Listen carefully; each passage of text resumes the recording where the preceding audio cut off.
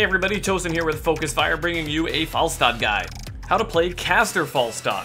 So there are two known builds, the auto attack and the caster one, and this is going to go over my favorite, the caster build. And of course, showing you primarily how to make the most of your heroic ability, Hinterland Blast. You can completely crush team fights just by lining up the enemies and hitting multiple targets with a huge Hinterland Blast. You can totally carry fights with this spell. A lot of players aren't patient when it comes to lining people up and positioning yourself well to hit multiple targets. So I'm going to show you how to do that, but first let's go over the talents. Alright, first up, level 1 Power Throw is the only choice because this combos extremely well with your Boomerang, which is a focal point of this talent build, and being able to snipe from further distances is amazing. So you definitely want to go Power Throw. You don't really want any of these other options. And then at level 4, you definitely want Gathering Power. This will increase the nuking with your Power Throw and Boomerang, and more importantly, will increase your Hinterland Blast nuke damage as well, assuming you maintain those stacks throughout the game. Super important damage buff here for your sniping, nuking action. And then, this is a very key talent. Boomerang, you gotta take Boomerang. This is what this build is pretty much all about, besides nuking with Hinterland Blast. Secret Weapon is great for the auto attack build, but for this build you definitely want Boomerang. You throw the Q out and then you press it whenever it's in range and it does another AoE burst. Not only is this amazing for wave clear, but this just, with combined with Power Throw, is some crazy long range burst sniping action. So I'll definitely show you some examples of that throughout this video. And then Hinterland Blast is the primary heroic choice. I love Mighty Gust and it's fun to play with, but it's a lot less, let's say it's more difficult to actually make big fight-changing plays with Mighty Gust, whereas if you are good at lining up a Hinterland Blast on multiple targets in a team fight, it is usually game over at that point. Level 13, you can get Giant Killer or Crippling Hammer. Your W is fairly unreliable because, being a squishy assassin, enemy teams will focus you, and it's hard to stay in range, especially late game when people become more and more dangerous. Early game dueling in lanes and stuff, your W is more reliable, but late game when you actually get these talents, it's not gonna matter, usually. So, Giant Killer is a good safe choice, added auto attack damage for when you can get those auto attacks in safely. And I personally love Crippling Hammer a lot of the time because a 50% slow is really powerful for helping, chase people down, keeping people from getting away and surviving just barely, and helps your teammates chase people down as well. And then at level 16, for this build in particular, you're virtually always going to want to take Overdrive, because this is the caster nuke build, and this talent is insane combined with Boomerang and Hinterland Blast. Hammer Time is a really good talent as well, and if you desperately need stuns in a certain matchup, you can take it. But for this build, you'll almost always want to take Overdrive, just because you're all about that team fight nuking. So typically what you'll do is you'll activate this right before you use your heroic or your Boomerang and your heroic. Mainly use it with your heroic, but if you can throw in a Boomerang with this buff as well, that's awesome. And huge nuking power. It's great. And then at level 20, you have a couple of options. If you feel that you need more DPS and you're able to get auto attacks in very consistently, or maybe they have two relatively tanky or melee characters, you can take Nexus Frenzy combined with, Giant Killer. Can do a lot of consistent DPS. I very often take Call of the Wild Hammer though for that extra 25% damage, so your nuke is even more devastating in teamfights. And then a safe choice is Epic Mount. This gives you insane mobility around the map, especially huge maps with great objectives like Curse Hollow, so you can capture tributes more easily late game, and it's also a good escape. So they're all good choices depending on how the matchup goes, but I almost always take Call of the Wild Hammer these days. Alright, so first things first, we're going to go over all your abilities and show the right and wrong ways to use them. So first up is Barrel Roll. First, I'm going to show you a bad use of Barrel Roll. As you can see, a Zeratul has hit me with his Singularity Spike here, and it's about to hit me and slow me down. So I kind of panic and just barrel roll forward in the general direction of my base. Now the reason this is bad is because even after the barrel roll hits, he's going to still be walking full speed towards me, he can still blink to catch me, and I'm going to be slowed down by the Singularity Spike. So even in a 1v1 scenario, this is looking very dangerous just because I didn't get much distance out of that barrel roll. So what I should have done is moved slightly south. I should have just tanked a little bit of damage because I wasn't going to die instantly. So I should have just waited, let the Singularity Spike hit me, waddle towards the wall, and then barrel roll over the wall, and then I could have safely retreated to my towers and totally survived the situation. Instead, he catches me in a void prison as I'm trying to retreat from him and an Uberak, and they're going to catch me and kill me. Oftentimes, you don't only want to try to jump over walls if you can to make it harder for people to catch up to you, but oftentimes wait for them to use their mobility cooldowns. So this Anubarak used his burrow charge on me, and then I jumped over the wall still toward my base, and this pretty much guarantees my safety. Falstad has an advantage over other ranged assassins in the sense that he has the only baseline dash ability that can go over walls. You know, Tychus and Vala, they can't do that. However, this clip here brings me to my next point. Just because you can go over walls doesn't mean you should be lazy in situations like this. Going over walls is great for escape and stuff, but because I used barrel roll just to quickly get to the shrine, I wasn't able to use it to immediately avoid damage, and it came back up too late and I was actually killed for my terrible use of barrel roll.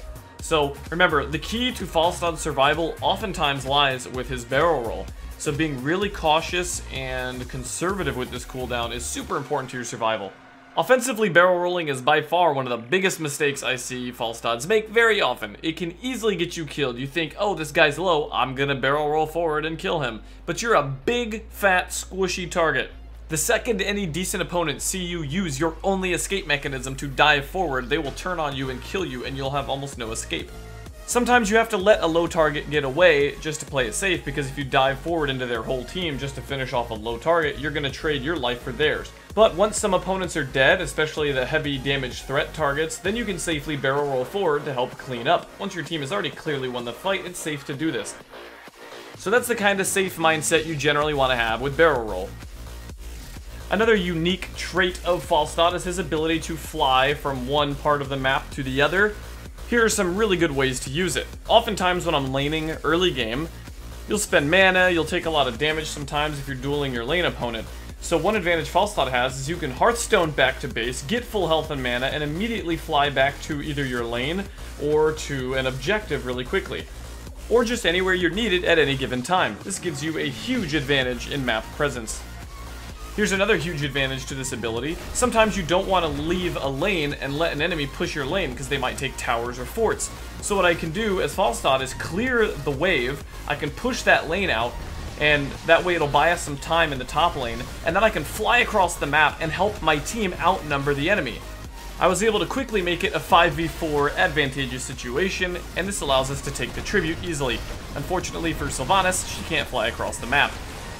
For any other hero, doing this would have taken too much time, and the Sylvanas would have pushed that top lane, but I'm able to easily go back there and secure my lane again without any real damage being done. And of course, this amazing mobility can help you defend in situations like this.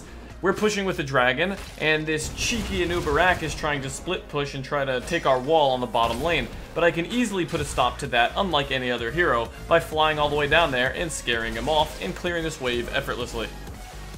There are all sorts of ways to be efficient with this ability.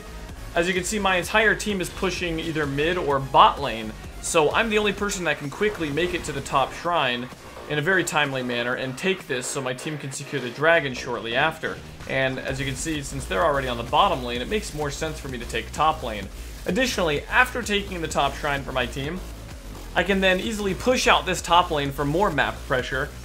Then while my team gets the dragon and regroups middle, I can tap the healing fountain and rejoin them with the flying cooldown yet again. When you're riding a mythical flying beast, the possibilities are endless. Now for Boomerang.